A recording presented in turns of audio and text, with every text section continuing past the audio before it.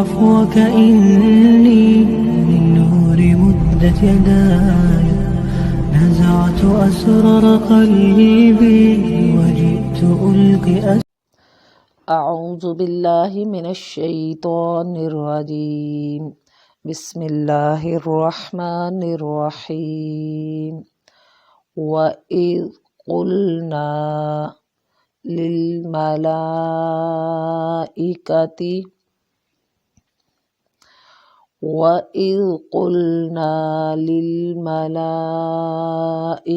اسْجُدُوا لِآدَمَ فسجدوا إلا إبليس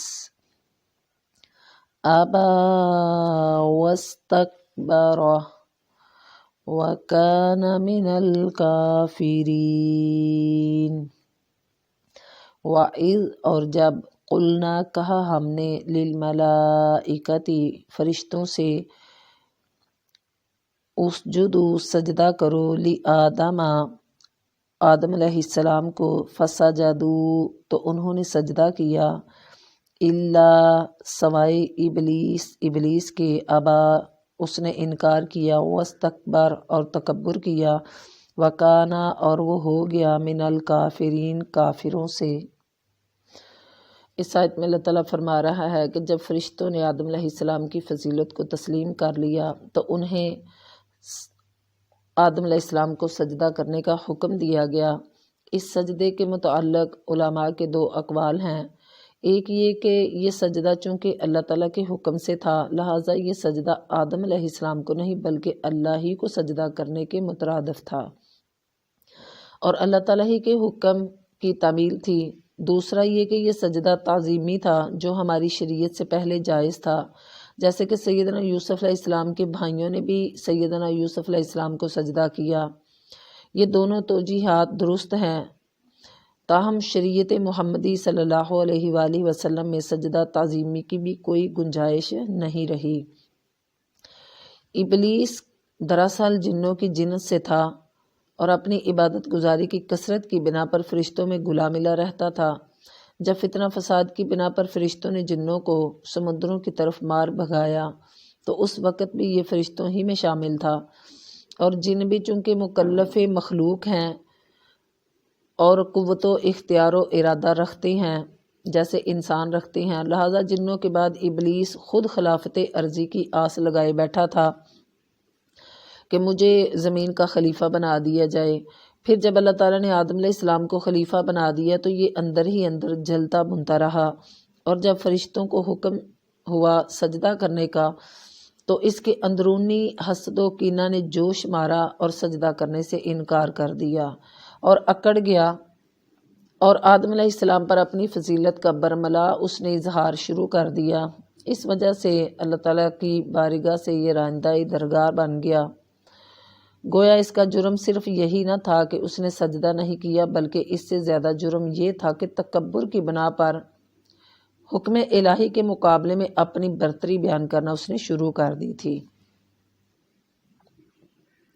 اور اللہ تعالیٰ کے حکم کا اس نے انکار کر دیا۔ ابلیس فرشتہ نہیں تھا بلکہ جنوں سے تھا۔ یہاں فرشتوں کو سجدے کا حکم دینے کا یہ مطلب نہیں کہ ابلیس فرشتہ تھا یا یہ کہ اسے حکم ہی نہ تھا، بلکہ یہاں مختصر بات یہ بیان ہوئی ہے کہ اللہ تعالیٰ نے فرشتوں کے علاوہ ابلیس کو خاص طور پر سجدے کا حکم دیا تھا۔ تو فرمایا ما منعک الا تسجد اذ امرتک، تجھے کس چیز نے روکا کہ تو سجدہ نہیں کرتا جب میں نے تجھے حکم دیا تھا، تو پھر تو نے سجدے سے انکار کیوں کیا؟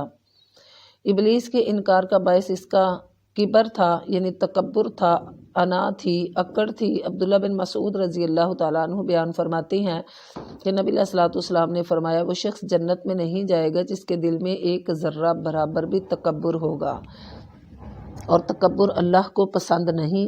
اللہ تعالیٰ تکبر کرنے والوں کو دنیا آخرت میں رسوا کرتا ہے اور ذلیل کرتا ہے۔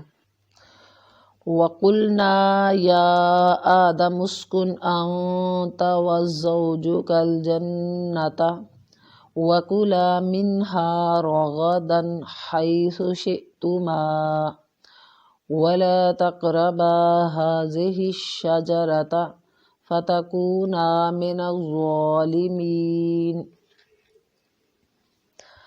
وَقُلْنَا اور کہا ہم نے، یا آدم اے آدم علیہ السلام،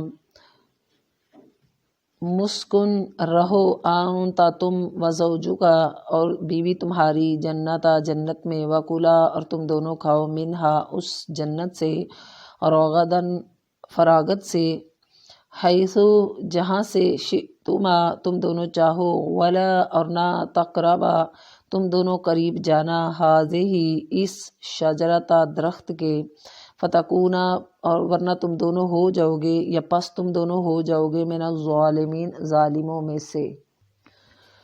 اس آیت میں آدم علیہ السلام کی تیسری فضیلت کا بیان ہے کہ فرشتوں سے سجدہ کروانے کے بعد انہیں جنت کی سکونت عطا فرمائی۔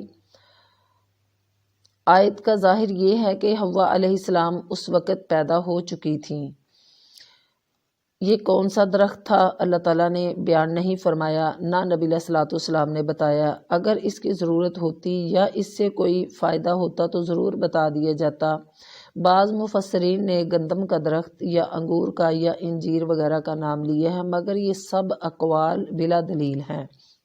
واضح طور پہ کوئی ایسی حدیث نہیں ملتی یا قرآن پاک کی آیت جس میں اس درخت کا نام لیا ہو کہ وہ کس پھل کا درخت تھا۔ وَلَا تَقْرَبَا اس درخت کے کھانے سے بچنے کے لیے اس کے قریب جانے سے بھی منع فرما دیا۔ اس سے شریعت کا قاعدہ ایک سد ذرائع ثابت ہوتا ہے، یعنی جو چیز حرام کا ذریعہ بنتی ہے اس سے بچنا بھی ضروری ہے۔ مثلا زنا سے بچنے کے لیے اس کے قریب جانے سے بھی منع فرما دیا، اور فرمایا وَلَا تَقْرَبُوا الزِّنَا اور زنا کے قریب مت جاؤ۔ حرام سے بچنے کے لیے مشتبہ چیزیں یعنی شبہ ڈالنے والی چیزوں سے بچنے کا حکم دیا۔ نعمان بن بشیر رضی اللہ تعالیٰ عنہ نے فرمایا کہ میں نے نبی صلی اللہ علیہ وسلم سے سنا، آپ نے فرمایا بے شک حلال بالکل ظاہر ہے اور بے شک حرام بالکل ظاہر ہے، اور ان دونوں کے درمیان کچھ مشتبہ یعنی شبہ ڈالنے والی چیزیں ہیں جنہیں بہت سے لوگ نہیں جانتے۔ تو جو شخص شبہات سے بچے گا وہ اپنے دین اور اپنی عزت کو پوری طرح بچا لے گا، اور جو شبہات میں پڑے گا وہ حرام میں پڑ جائے گا۔ جیسے وہ چرواہا جو ممنوع چراگاہ کے گرد جانور چراتا ہے، قریب ہے کہ وہ اس کے اندر چرنے لگیں۔ یاد رکھو ہر بادشاہ کی ممنوع چراگاہ ہوتی ہے، اور اللہ کی ممنوع چراگاہ اس کی حرام کردہ چیزیں ہیں۔ یہ مسلم شریف کی روایت ہے۔ اسی طرح اللہ تعالیٰ کو گالی سے بچانے کے لیے معبودان باطل کو گالی دینے سے منع فرمایا۔ اللہ تعالیٰ قرآن پاک میں فرماتا ہے وَلَا تَسُبُّوا الَّذِينَ يَدْعُونَ مِن دُونِ اللَّهِ فَيَسُبُّوا اللَّهَ عَدْوًا بِغَيْرِ علم، سورہ انعام کی آیت ہے۔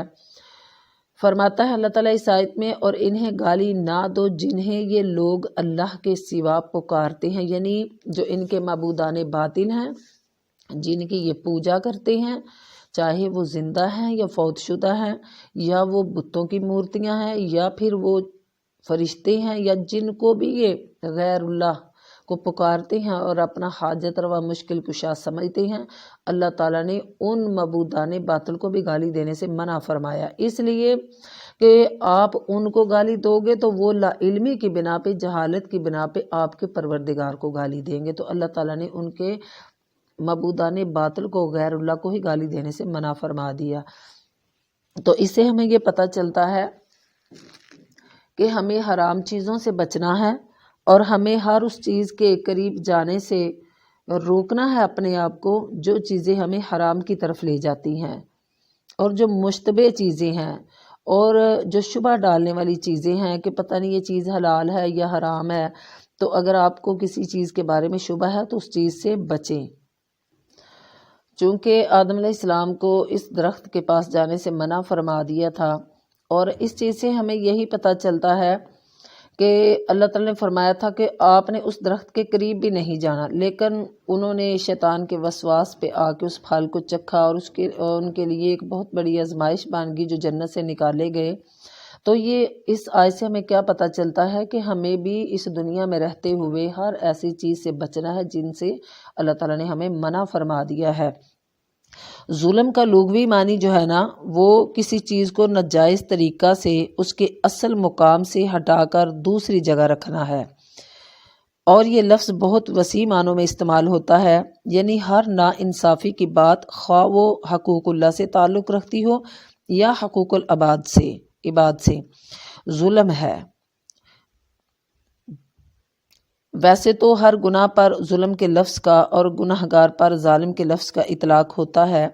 یہ اس آیت میں ظلم سے مراد اللہ رب العالمین کی نافرمانی بھی ہے اور اپنے نفس پر زیادتی بھی ہے، جس کی وجہ سے جنت سے نکلنا پڑا۔ یعنی جو بندہ گناہ کرتا ہے گویا وہ اپنی ذات پر ظلم کرتا ہے اور اپنی ذات کو جنت سے دور کرتا ہے۔ تو اللہ تعالیٰ نے ہمیں ہر گناہ سے بچنے کی تلقین فرمائی۔ اسی طرح جیسے یہ حرمت والے مہینے ہیں، ان مہینوں کے بارے میں اللہ تعالیٰ نے فرمایا کہ خصوصی طور پر ان حرمت والے مہینوں میں گناہ کر کے اپنی جانوں پر ظلم نہ کرو۔ تو یہ ساری چیزیں ظلم میں آتی ہیں، اللہ تعالیٰ ہمیں اس سے محفوظ فرمائے۔ فَأَزَلَّهُمَا الشَّيْطَانُ عَنْهَا فَأَخْرَجَهُمَا مِمَّا كَانَا فِيهِ وَقُلْنَا اهْبِطُوا بَعْضُكُمْ لِبَعْضٍ عَدُوٌّ وَلَكُمْ فِي الْأَرْضِ مُسْتَقَرٌّ وَمَتَاعٌ إِلَىٰ حِينٍ۔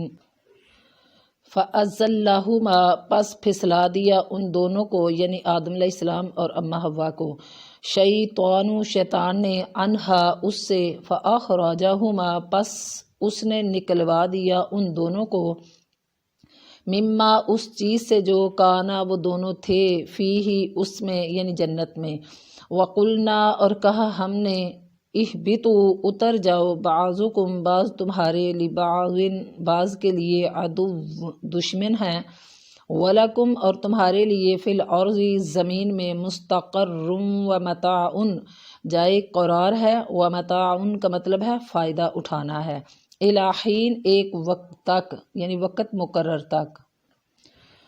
یعنی آدم علیہ السلام اور ابلیس اور ان کی اولاد ایک دوسرے کے دشمن ہیں۔ یہ مطلب بھی درست ہے کہ اولاد آدم آپس میں ایک دوسرے کے دشمن ہیں، جیسا کہ آدم علیہ السلام کے دو بیٹوں کا قصہ ہے۔ فرشتوں نے بھی وَيَسْفِكُ الدِّمَاء میں اسی عداوت کا ذکر کیا تھا۔ وَلَكُمْ فِي الْأَرْضِ مُسْتَقَرٌ یہ الفاظ دلیل ہیں کہ آدم علیہ السلام جس جنت میں رکھے گئے تھے وہ آسمان پر تھی، زمین پر جنت سے نکلنے کے بعد آئے۔ اہبطوا سے بھی یہی بات نکلتی ہے۔ یہ جمعہ کا دن تھا، نبی علیہ الصلوۃ والسلام نے فرمایا سب سے بہتر دن جس میں سورج طلوع ہوتا ہے جمعہ کا دن ہے، اسی میں آدم علیہ السلام پیدا کیے گئے اور اسی میں جنت میں داخل کیے گئے اور اسی میں اس سے نکالے گئے۔ یہ مسلم شریف کی روایت ہے۔ فَأَزَلَّهُمُ الشَّيْطَانُ یہ شیطان دراصل ابلیس ہی تھا جو جنوں کی جنس سے تھا اور آگ سے پیدا ہوا تھا۔ شیطان کی حقیقت یوں سمجھیے کہ فرشتے نور سے پیدا کیے گئے اور جن آگ سے یا نار سے، اور نور اور نار دونوں کا مادہ ایک ہی ہے، یعنی نور واو را، اور روشنی نور میں بھی ہوتی ہے اور نار میں بھی ہوتی ہے۔ فرق صرف یہ ہے کہ اگر حدت اور تمازت یعنی گرمی کی شدت جو ہے وہ کم ہو یا ندارد ہو اور روشنی کا عنصر ہی غالب ہو تو یہ نور ہے، اور روشنی کا عنصر کم ہو یعنی حدت اور تمازت کم ہو، اس کا عنصر جب غالب ہو تو یہ نار ہے۔ اب جنوں کی ایک قسم قدر مشترک تو فرشتوں سے ملتی ہے، یعنی وہ اپنی شکلیں بدل سکتے ہیں اور اسی بنا پر ابلیس فرشتوں میں شامل ہو جاتا تھا، اور ایک قدر مشترک انسانوں سے ملتی ہے، یعنی ان کی قسم۔ جن اور انسان دونوں مکلف مخلوق ہیں، یعنی جن اور انسان جو ہے نا وہ یعنی قرآن و سنت کے مکلف ہیں، کیونکہ اللہ تعالیٰ قرآن پاک میں فرماتا ہے وَمَا خَلَقْتُ الْجِنَّ وَالْإِنسَ إِلَّا لِيَعْبُدُونَ، یعنی میں نے جنوں اور انسانوں کو صرف اپنی عبادت کے لیے پیدا فرمایا ہے۔ اور صاحب اختیار اور ارادہ رکھتے ہیں دونوں مخلوق کی۔ اسی بنا پر ابلیس نے تو سجدہ سے انکار کر دیا تھا، لیکن فرشتوں میں سے کوئی ایسا کر ہی نہیں سکتا تھا۔ اب جنوں یا انسانوں میں سے جو کوئی اس قوت و اختیار و ارادہ کا غلط استعمال کر کے اللہ تعالیٰ کی نافرمانی اور سرکشی پر اتر آئے تو وہ شیطان ہے، چاہے وہ جنوں میں سے ہو چاہے وہ انسانوں میں سے ہو۔ گویا شیطان جن بھی ہوتے ہیں اور انسان بھی ہوتے ہیں۔ پھر شیطان کا لفظ ہر بد روح، خبیث اور موذی چیز پر بھی استعمال ہونے لگا۔ سام کو اسی وجہ سے جان یعنی جن جو ہے نا وہ بھی کہا جاتا ہے۔ البتہ یہ ضرور ہے کہ جو شیطان جنوں سے ہوگا وہ دوسروں کو بد راہ اور گمراہ کرنے کے لحاظ سے انسانی شیطان سے زیادہ وسائل رکھتا ہے۔ یعنی جو شیطان ہے نا وہ انسانوں سے زیادہ وسائل رکھتا ہے انسانوں کو گمراہ کرنے کا۔ جن شیطان اپنی شکلیں بدل کر اندر داخل ہو کر اور وسوسہ ڈال کر بھی دوسروں کو گمراہ کر سکتا ہے، جبکہ انسانی شیطان ان باتوں پر قادر نہیں ہے کہ وہ اپنی شکل بدل سکے یا وہ انسان کے اندر داخل ہو سکے یا کچھ اور وہ طریقہ اختیار کر سکے۔ تو اس لیے جن اور شیاطین زیادہ ہیوی ہیں انسانوں کی شیطانیت سے کہ وہ لوگوں کو گمراہ کرتے ہیں۔ اب فرشتوں کی مختلف اقسام اور ان کی ذمہ داریاں ہیں۔ فرشتوں اور جنوں کی بہت سی اقسام اور صفات قرآن پاک اور حدیث صحیحہ میں مذکور ہیں۔ فرشتوں کی پہلی قسم مقربین فرشتے ہیں، جن میں سے کچھ فرشتے عرش کو اٹھائے ہوئے ہیں اور وہ 4 ہیں۔ قیامت کے دن جب اللہ تعالیٰ لوگوں کا حساب لینے کے لیے نزول اجلال فرمائیں گے، یعنی اپنی جلالت والی کرسی پر تشریف فرما ہوں گے، تو اس وقت وہ فرشتے 8 ہوں گے۔ پھر کچھ فرشتے ایسے ہیں جو ہر وقت اللہ تعالیٰ کے عرش کے گرد گھیرا ڈالے رہتے ہیں۔ انہیں مقربین میں سے کچھ فرشتے ایسے ہیں، یعنی جو یہ فرشتے ہیں نا انہی میں سے کچھ فرشتے ایسے ہیں جو بہت سے فرشتوں کے سردار ہیں۔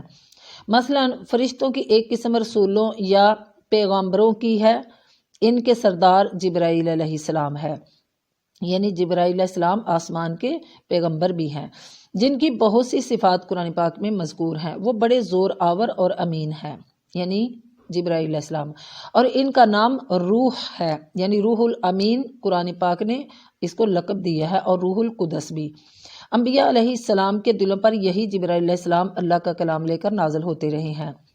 دوسرے سردار میکائیل علیہ السلام ہے یا میکال ہیں، یعنی 2 نام ہیں، یا میکائیل یا میکال ہیں، جو بادلوں، بارشوں اور برق و رعد یعنی بجلی اور کڑک وغیرہ جو آسمان پہ بجلی گرجتی ہے اس پر مامور ہیں۔ تیسرے سردار اسرائیل علیہ السلام ہے، جن کا دوسرا نام عزازیل بھی ہے، اور قرآن پاک میں انہیں ملک الموت بھی کہا گیا ہے۔ یہ بھی جان نکالنے والے فرشتوں کی پوری جمعیت کے سردار ہیں، کیونکہ کسی شخص کی جان نکالنے کے لیے ایک نہیں بلکہ کئی فرشتے آتے ہیں۔ ان میں سے ایک سردار اسرافیل علیہ السلام ہے، جو قیامت کو ہونے والے واقعات اور نفخہ صور اول یعنی جو پہلا نفخہ پھونکا جائے گا، پھر نفخہ صور ثانی اور بعض کے نزدیک نفخہ صور ثالث پر مامور ہیں، جو قیامت کے دن صور پھونکیں گے۔ ان سب فرشتوں کو ملائے اعلیٰ بھی کہتے ہیں۔ پھر ان کے بعد 7 آسمانوں کے اندر لا تعداد فرشتوں کی جمعیت موجود ہے، جو آسمانوں یا کائنات یا اجرام فلکی کے انتظام و انصرام پر مامور ہیں۔ جب اللہ تعالیٰ کی طرف سے کوئی حکم نازل ہوتا ہے تو ان میں ایک کھلبلی سی مچ جاتی ہے اور گھبراہٹ اور ہیبت طاری ہو جاتی ہے، یعنی فرشتوں پر، اور وہ گھبراہٹ اس وقت دور ہوتی ہے جب اللہ تعالیٰ کا حکم متعلقہ آسمان تک پہنچ جاتا ہے، اور نیچے والے فرشتے اوپر والے سے پوچھتے ہیں کہ اللہ تعالیٰ کی طرف سے کون سا حکم نازل ہوا تھا۔ انہیں جواب دیا جاتا ہے کہ حکم جو بھی ہے ٹھوس حقائق پر مبنی ہے، اور پھر وہ اس کی بجا آوری پر مستعد ہو جاتے ہیں، یعنی فرشتے۔ پھر کچھ ایسے فرشتے ہیں جو ہر وقت اللہ تعالیٰ کی تسبیح و تحلیل اور تقدیس میں مصروف رہتے ہیں۔ ان کے بعد وہ فرشتے ہیں جو آسمان دنیا کے نیچے اور ہماری زمین کے قریب رہتے ہیں۔ ان میں وہ فرشتے بھی شامل ہیں جو ہر انسان کی حفاظت کے لیے اللہ نے مامور کیے ہیں۔ وہ بھی ہیں جو انسانوں کے اعمال نامے لکھنے والے ہیں۔ وہ بھی ہیں جو اللہ تعالیٰ کی بندوں کی بروقت مدد کو پہنچتے ہیں۔ جیسے ہم کہتے ہیں نا یعنی فلاں بندے کی مدد کے لیے تو فرشتہ ہی آ گیا، تو یہ اللہ تعالیٰ نے فرشتے مقرر کیے ہوئے ہیں مختلف ڈیوٹیز پر، اور یہ میں آپ کو بتا رہی ہوں تاکہ آپ کو فرشتوں کے بارے میں معلومات ہو کہ کون کون سے فرشتے یا کس کس جگہ پہ رہ رہے ہیں، یا کیا کیا اللہ تعالیٰ کے حکم سے وہ یعنی ڈیوٹیاں سر انجام دے رہے ہیں۔ وہ بھی ہیں جو اللہ تعالیٰ کی راہ میں چلنے والوں، مثلاً جہاد یا طلب علم کی خاطر سفر کرنے کے راستے میں اپنے پار بچھاتے ہیں۔ ایسے فرشتوں کو ملائکہ ارضیہ یعنی زمین کے فرشتے بھی کہا جاتا ہے۔ پھر کچھ فرشتے جنت کو سجانے اور اس کے انتظام و انصرام میں مصروف ہیں، اور کچھ جہنم پر مامور ہیں۔ ان کی تعداد 19 ہے، یعنی جہنم میں 19 قسم کے عذاب ہوں گے جن کا انتظام ایک فرشتہ کے سپرد ہے۔ ان 19 فرشتوں کے سردار کا نام جو ہے نا وہ مالک ہے، اور اس جہنم کے عذاب پر پورے عملے یا محکمے کا نام جو ہے وہ زبانیہ ہے۔ صفات کے لحاظ سے فرشتوں کی اقسام یہ ہے کہ صفات کے لحاظ سے بھی فرشتوں کی کئی اقسام ہیں۔